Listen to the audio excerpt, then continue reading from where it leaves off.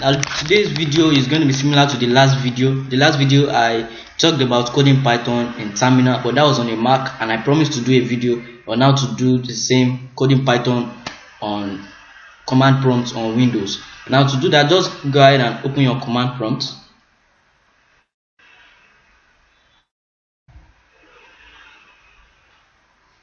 Now this is how command prompt looks like on a Windows. To do exactly what we did in the last video, just type Python. Remember in the last video in Mac we had to type Python 3, but if you type that here, it says not recognized. Just type Python and then it will open the Python shell. Then you can do whatever you want to do here.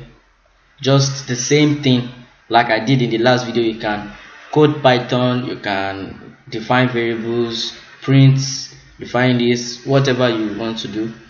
Let's just say print I.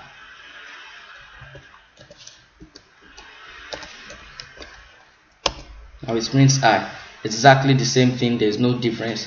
And in future videos I'll talk more on Python shell so that you guys will understand what it means. So in the next video we are going to continue with our series normally on PyCharm. I just did this video just to introduce you guys to the Python shell. Thank you for watching. Bye.